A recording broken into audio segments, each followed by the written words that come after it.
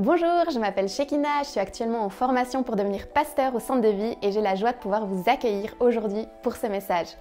Je me réjouis que vous puissiez vivement l'écouter, attentivement et surtout que vous puissiez recevoir de la part de Dieu une parole spécialement pour vous.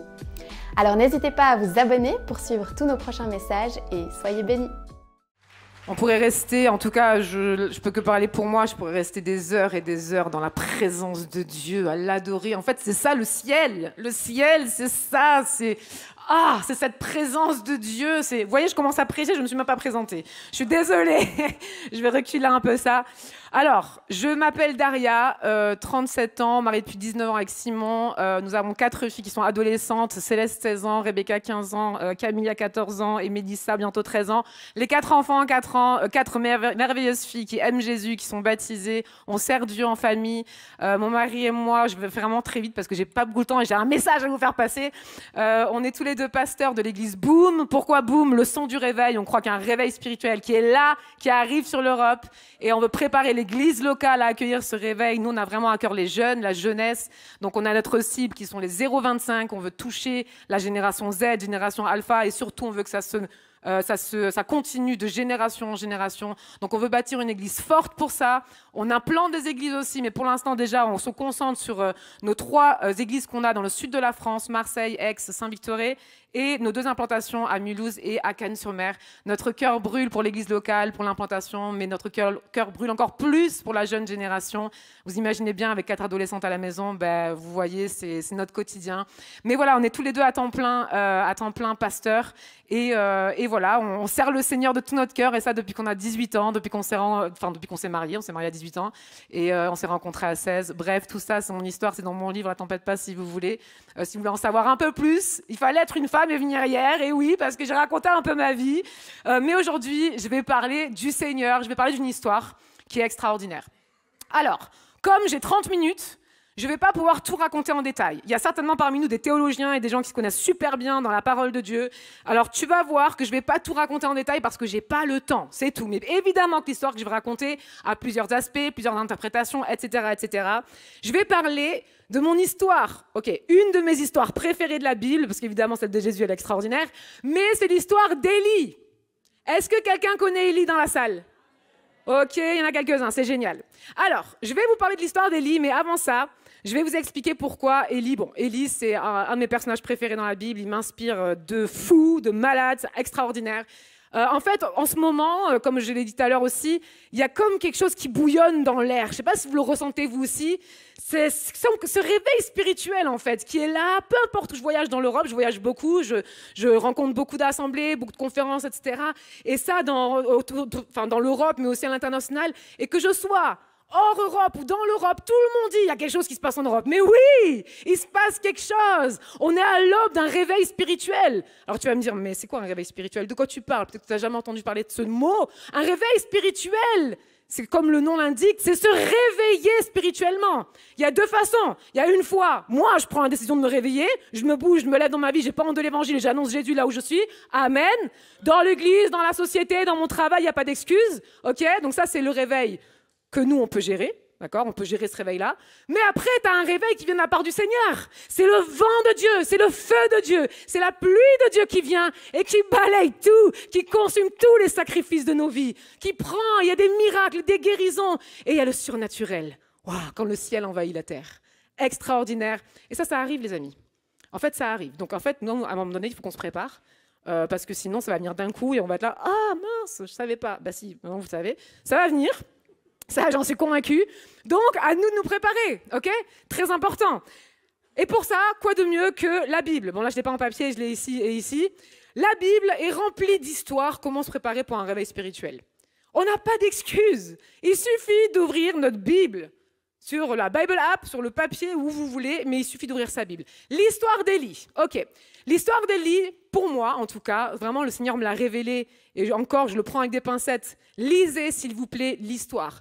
De 1 Roi 17 à 1 Roi 19. Ok? Lisez l'histoire, étudiez-la, mangez-la, checkez tous les détails. Vous allez voir, elle est extraordinaire, cette histoire. C'est pour ça que je vais vous la raconter. Je vais lire quelques passages, mais je vais surtout vous la raconter. Parce que dans cette histoire, le Seigneur m'a révélé 4 étapes pour arriver jusqu'au réveil. Incroyable! On a une to-do list comme on arrive au réveil. Genre, nous, on est là parfois, on se dit, ouais, Seigneur, s'il te plaît, viens, mais je ne sais pas vraiment comment faire. Alors, je reste fidèle à mon église locale et je fais ce que je peux dans ma génération. Peut-être que tu es au collège, lycée, enfin, je ne sais pas comment ça s'appelle ici. Bref, à l'école, université ou dans mon travail, et tu témoignes parfois de Jésus et tu fais ce que tu peux à ton niveau et c'est cool. Mais là, dans cette histoire, on a genre un mode d'emploi, comment arriver jusqu'au réveil. Extraordinaire, non? On est content? Moi, je suis contente. Du coup, l'histoire d'Élie. Ok, je vous mets dans le contexte. Il y a le peuple d'Israël. C'est le peuple de Dieu, le peuple choisi de Dieu, tout ça, tout ça. Le peuple de Dieu est là, et ce peuple de Dieu, eh bien, s'est détourné de Dieu. Et ouais, ils ne sont pas parfaits. Ils sont là et ils se sont détournés de Dieu. C'était dans la période du roi Akab. Le roi Akab, c'était le roi du peuple de Dieu. Mais le truc, c'est que lui, il s'est marié avec une femme, Jézabel, qui, elle, en fait, n'adorait pas le Dieu, l'Éternel. Elle avait d'autres dieux, Baal, Astarté. Donc elle était là, et en fait, elle avait ses propres prophètes de ses propres dieux. Et elle n'adorait pas le Dieu, l'Éternel. Alors, avec le temps, et avec la perte du feu de Dieu, de l'envie de suivre Dieu, le peuple, qu'est-ce qu'il a fait? Il a commencé à se détourner de l'Éternel. On va dire que là, il y a l'Éternel, et là, il y a Baal, etc. Dieu Baal. Donc avant, ils étaient là, Éternel, Éternel, c'est toi qui nous donnes tout, etc., etc. Et petit à petit, ils ont commencé à aller vers le Dieu Baal et à commencer à adorer le Dieu Baal parce qu'apparemment, le Dieu Baal allait donner la pluie, la fertilité, etc., etc. Ce qui s'est passé, c'est que Dieu appelle Élie. Élie, un grand prophète de l'Ancien Testament, Élie, un grand homme de Dieu, l'oracle de l'Éternel, comme sont les prophètes dans l'Ancien Testament. Il est là pour annoncer la parole de Dieu au roi. Alors Dieu l'envoie, il lui dit, va voir Akab. Va voir le roi Akab et va lui dire, oh là là, ça va plus du tout là. Ça va plus du tout, mon peuple, il est en train de dévier. Mon peuple, qui est censé m'adorer, il adore d'autres dieux. Donc va voir mon peuple, va voir en premier le roi et va lui dire, ça va plus du tout, il y a un jugement divin. Ouh. Il va plus pleuvoir. Il va y avoir la sécheresse. Et c'est par la parole d'Élie, et ça on peut le lire. Premier verset, 1 Roi 17, verset 1. Élie le Tibite, l'un des habitants de Galade, dit à Akab, l'Éternel, le Dieu d'Israël dont je suis le serviteur, est vivant. Il n'y aura ces années si ni rosée ni pluie, sinon à ma parole. Donc là, Élie vient en disant ça, en disant ce jugement divin, il met un miroir dans la face du peuple. Hey guys, combien de temps vous voulez encore vivre comme ça et ne plus suivre l'Éternel, le Seigneur? Essayez, je vais essayer de vous accompagner dans le prendre pour nous personnellement aussi, toute cette histoire. La première chose qui est importante pour vivre un réveil, souvenons-nous que le but là c'est le réveil, d'accord? Il y a plusieurs étapes. La première étape, c'est déjà prendre un miroir, de dire ok, où est-ce que j'en suis dans ma vie? Où est-ce que j'en suis dans ma vie? Est-ce que je vis une vie consacrée à Dieu? Est-ce que je vis une vie qui plaît à Dieu? Est-ce que je suis le Seigneur? Ou est-ce que j'ai d'autres idoles dans ma vie? Ah! Alors qu'est-ce qu'il fait, Élie? On continue dans l'histoire. Après 3 ans de sécheresse, il y a la sécheresse, c'est dur, et du coup il y a la famine parce qu'il n'y a plus de moisson. Et ben voilà, vous pouvez imaginer tout ce qui s'est passé. Et là, Élie dit, ok, peuple d'Israël, venez avec moi sur le mont Carmel. Je ne sais pas qui a déjà été en Israël, j'ai été déjà plusieurs fois en Israël sur le mont Carmel, endroit extraordinaire où le Seigneur m'a parlé de manière vraiment surnaturelle. Je suis sur ce mont-là à l'époque et là Dieu me parle de cette histoire. Alors Élie dit à tout le peuple d'Israël, ils n'étaient pas que 12, tout le peuple d'Israël, venez sur le mont Carmel. Il invite également les prophètes du dieu Baal et les prophètes du dieu Astarté. Donc là, il y avait 450 prophètes du dieu Baal et il dit, vous savez quoi, on va faire un petit défi pour checker c'est qui le vrai Dieu. On va faire un défi. Moi, je vais proposer un sacrifice. À l'époque, c'est comme ça, on faisait des sacrifices avec de la viande, tout ça, sur un autel en pierre. Et le Dieu qui vient avec le feu du ciel, donc une colonne de feu du ciel qui vient consumer les feux d'un truc super surnaturel, quoi, pas normal, c'est lui qui sera le vrai Dieu. C'est clair au moins, non? Enfin là, au moins, c'est un signe très clair de qui est le vrai Dieu. Et il dit, alors vous commencez. Voilà. Vous savez, quand tu sais que tu vas gagner, tu laisses commencer les perdants. On est d'accord, non? Vous allez commencer. Et puis après, on va voir déjà si votre Dieu il va vraiment venir. Et après, c'est moi qui ferai. Alors déjà, lui, il était seul. Il était seul face à 450 prophètes de Baal. Mais en plus de ça, ils étaient ultra motivés, les prophètes. Alors, ils ont commencé à faire leur rituel, ils ont posé le sacrifice, etc. Il était autour de midi, donc il faisait chaud, il y avait le soleil, nani-nana. Et là, il n'y a rien qui se passe. Et les gens, là, les prophètes de Baal, qu'est-ce qu'ils font? Ils font leur rituel là, autour du sacrifice, ils tournent, ils courent, ils chantent, ils se flagellent. Mais vraiment un peu malade, en fait. Un peu taré, genre jusqu'au sang. Il y a marqué que juste au sang, ben, ils se sont fait du mal. Ils ont fait leur rituel. Et ils sont là, mais il n'y a rien, mais il n'y a rien. Et vous savez ce qui s'est passé? J'adore cette histoire parce qu'en fait, Élie, il a trop de l'humour. Il est là.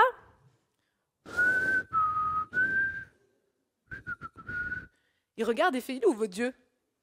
Ah, attention, peut-être qu'il est en voyage. Ah, arrive. Ah non, mais c'est un Dieu quand même. Peut-être qu'il est fatigué, qu'il est en train de dormir. Il a beaucoup de choses à faire. Genre, il s'est littéralement moqué d'eux, en fait. Il y a marqué que Élie se moque d'eux. Quel provocateur! Ah, ça me plaît. Il est là. Et il ose parler en disant, genre, hey, il est où votre Dieu? Franchement, j'attends, là, c'est bon, à un moment donné. Allez, c'est bon, capitulez, maintenant c'est mon tour. Voilà, vraiment, pour les théologiens, je suis désolée de déformer cette histoire comme ça, mais c'est vraiment très drôle de l'imaginer comme ça de nos jours. C'est comme ça que j'explique à mes filles qui sont ados, donc vous imaginez bien. Bref. Élie est là, il fait, OK, guys, it's my turn. C'est mon tour. Poussez-vous, là, les prophètes de Baal qui étaient ensanglantés et que votre feu n'est pas venu. C'est mon tour. Et il vient, et vous savez quoi? C'est pas juste il va faire le sacrifice, il dit « Venez, rapprochez-vous pour bien voir ce qui va se passer. Venez, rapprochez-vous devant l'autel pour bien voir le feu qui va venir du ciel. Rapprochez-vous, rapprochez-vous. » J'ai envie de vous dire ce matin, rapprochez-vous, rapprochez-vous pour voir ce que Dieu va faire ce matin. Amen. Rapprochons-nous de la présence de Dieu. Venons dans ce que Dieu va faire. Ne restons pas à l'écart. Ne reste pas à l'écart de ce que Dieu veut faire. Ne reste pas dans les couloirs de l'église, mais viens vivre, viens porter, viens soutenir. Mettons-nous en action. Amen. Ok, Élie est là.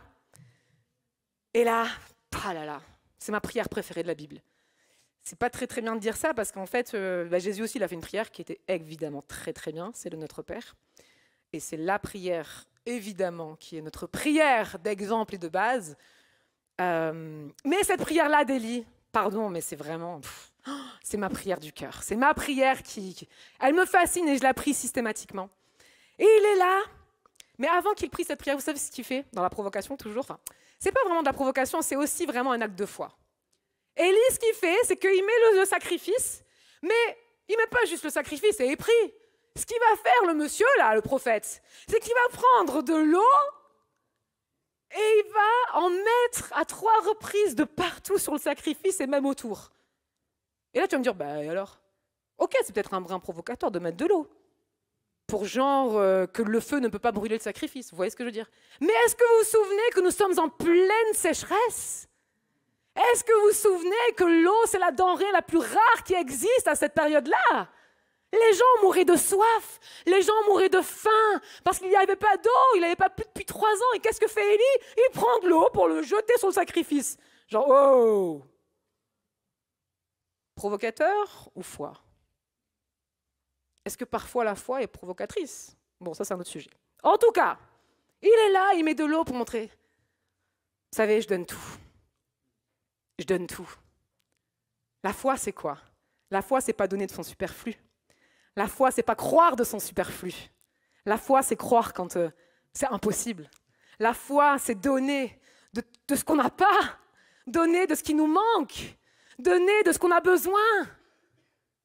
On prend tout souvent cet exemple pour les finances, mais en réalité, c'est pour toute notre vie. La foi, c'est se donner entièrement, c'est perdre sa vie pour la gagner en Jésus. Ça nous coûte quelque chose, c'est un sacrifice, les amis. Un sacrifice, ça fait mal. Ça n'a jamais été très bien, ou comment on dit, ça n'a jamais bien ressenti de se donner entièrement et de donner un sacrifice. Ça coûte quelque chose. Et là, en l'occurrence, ça a coûté de l'eau. L'eau qui était une denrée rare. En tout cas, Élie est là et il fait une prière. Et il dit, Seigneur, Dieu d'Abraham, d'Isaac et d'Israël. Première chose très importante, Élie parle d'un Dieu des générations. On ne parle pas juste d'un Dieu de ta génération, de ma génération. Souvent, c'est comme ça qu'on pense qu'à nous-mêmes. Et tu penses à tes pères, et tu penses à tes enfants, et tu penses à ceux qui vont suivre. Parce que nous avons un Dieu des générations. Ensuite, il continue. Montre aujourd'hui que tu es le Dieu d'Israël. Montre que je suis ton serviteur. La première chose, là, la deuxième chose qu'on voit, c'est, il dit, montre que tu es le Dieu.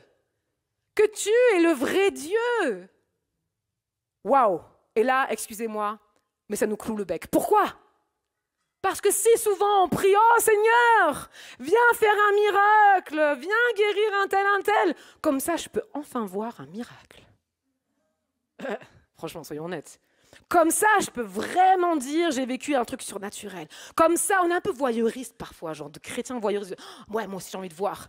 Et comme ça, Dieu, il pourra vraiment prouver qu'il est vraiment le vrai Dieu. Ou guéri, comme ça, un tel, il pourra enfin se convertir. Et nani, et nana. Mais il est où Dieu dedans? À quel moment on lui a volé sa place? Parce que la gloire de Dieu, elle vient, le feu de Dieu vient quand il s'agit de lui en premier. Il s'agit de Dieu en premier. C'est Dieu en premier. Tu veux voir des miracles dans ta vie, tu veux voir le feu de Dieu consumer le sacrifice vivant que tu es. Ça fait bizarre cette phrase, mais crois-moi, c'est vrai. Alléluia. Eh bien, alors il s'agit de Dieu en premier, pas de toi, pas de ta carrière spirituelle, pas de ta position, pas de ce que tu as accompli dans ta vie. C'est génial tout ce que tu fais. Mais il ne s'agit pas de toi en premier, il s'agit de Dieu. Désolé. Yes. Amen.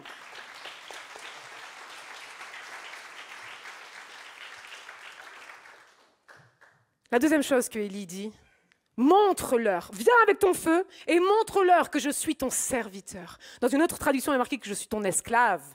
Alors oui, la première fois que j'ai prêché cette prêche, il y a un monsieur qui est venu après la prédication, m'a dit « Oui, pardon, par contre, il y a un truc que je n'ai pas trop apprécié, c'est qu'aujourd'hui nous sommes fils et filles de Dieu. » Oui.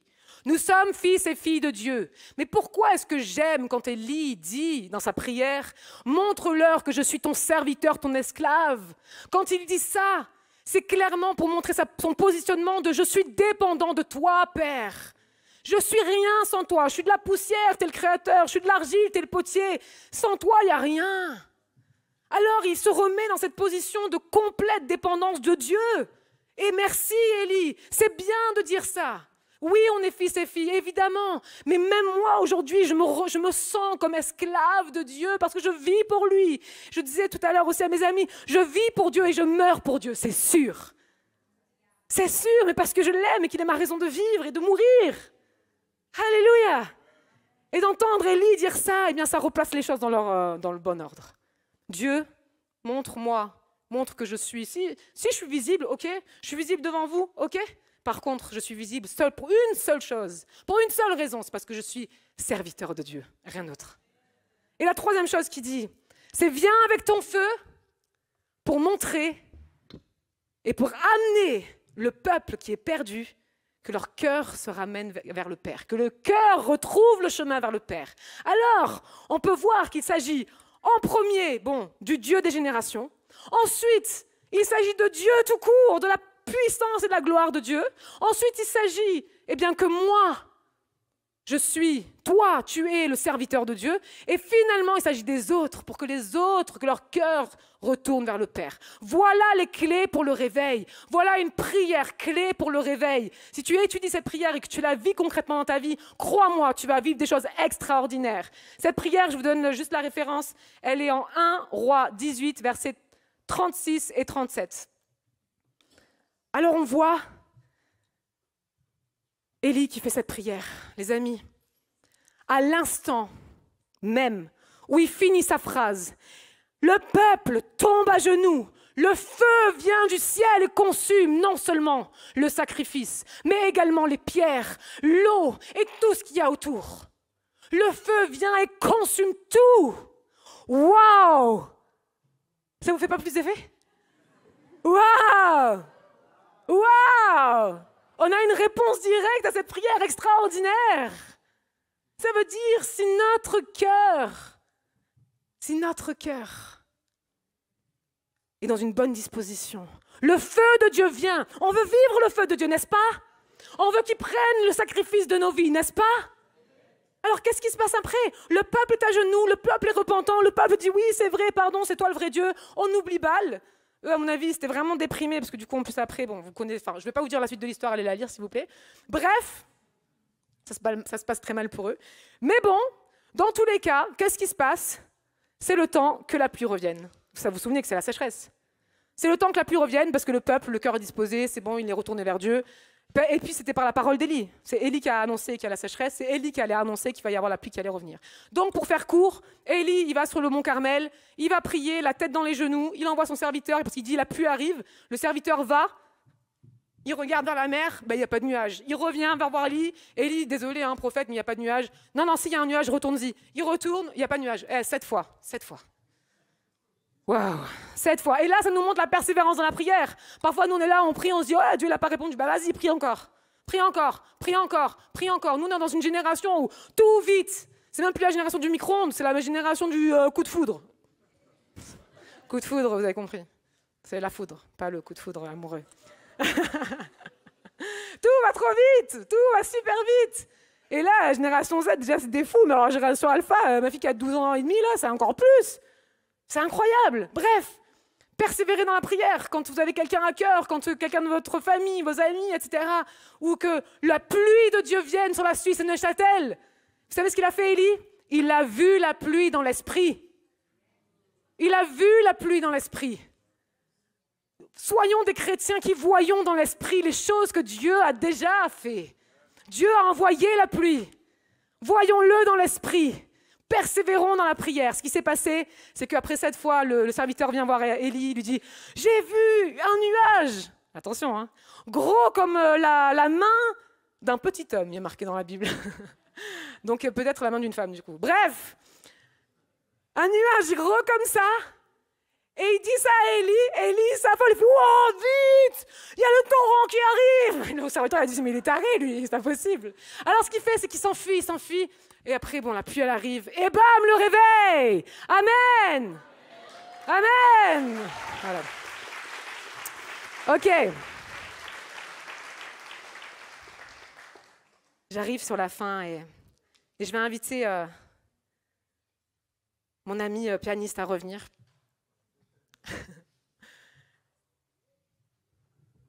On pourrait croire maintenant que c'est le réveil pour l'éternité, non? C'est bon, il y a la pluie, il y a la moisson qui revient, il y a la vie qui revient, on pourrait croire.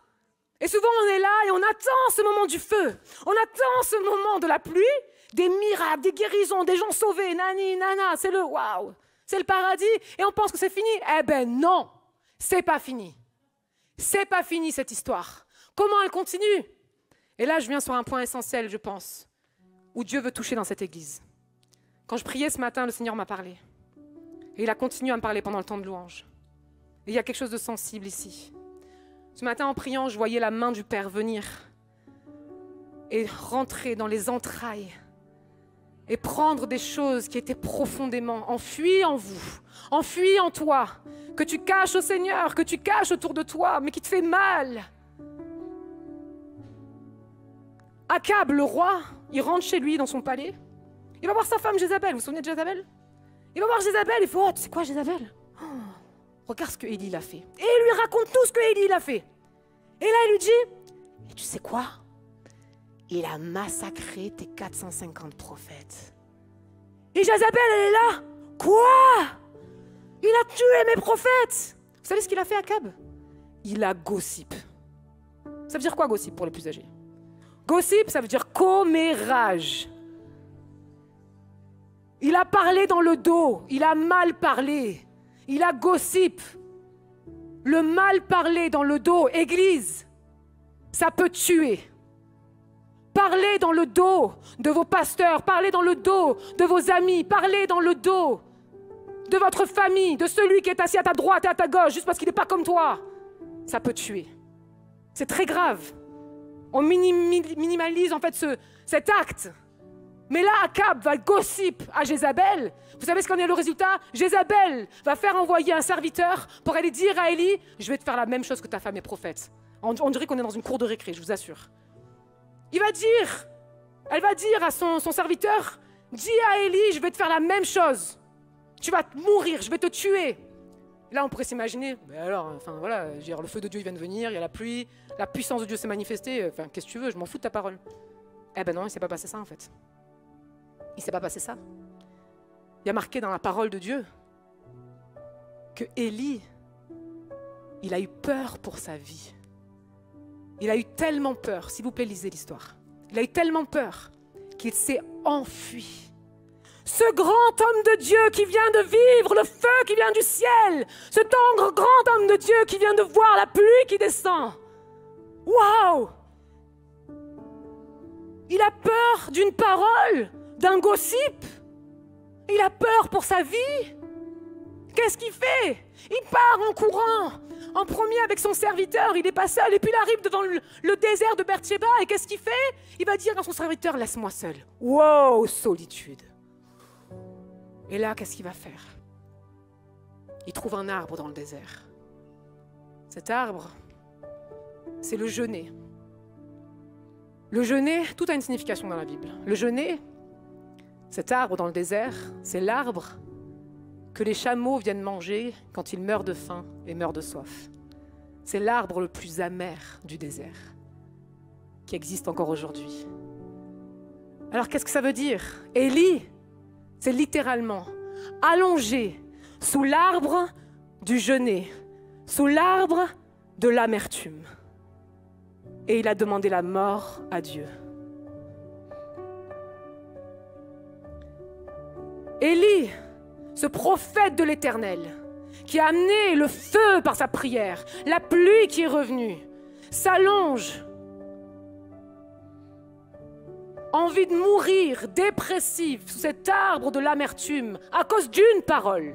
D'une parole. À cause d'une parole. Revenons-en à nous. Combien de fois on vit des choses extraordinaires avec Dieu? Combien de fois le Seigneur nous a touchés, nous a guéris, nous a utilisés pour sa gloire? Sinon tu ne serais pas là aujourd'hui. Et combien de fois à cause d'une parole, à cause d'une mauvaise parole, on oublie tout. On oublie tout. Mais plus que ça, on a envie de mourir. On a envie d'enterrer ce que Dieu nous a donné. On a envie de lâcher de ce que Dieu nous a donné. On perd espoir et on veut mourir. Sauf que ce n'est pas le plan de Dieu. Et j'aimerais te dire à toi personnellement, aujourd'hui, toi qui es là dans cette pièce, toi qui es là en ligne, ce n'est pas fini pour toi. Tant que tu respires, tant que le Seigneur n'a pas décidé de te reprendre et que tu es sur cette terre, c'est que tu as une mission à accomplir. Le réveil n'est pas fini. Et ce n'est pas une parole d'une Jézabel, ce n'est pas une parole d'un gossip qui va anéantir ta vie. Par contre, ça dépend de toi maintenant. Tu es peut-être à terre sur ce genêt de l'amertume comme Élie. Un grand prophète qui a vécu ça. Franchement, ça me rassure de me dire, wow, il n'y a pas que moi.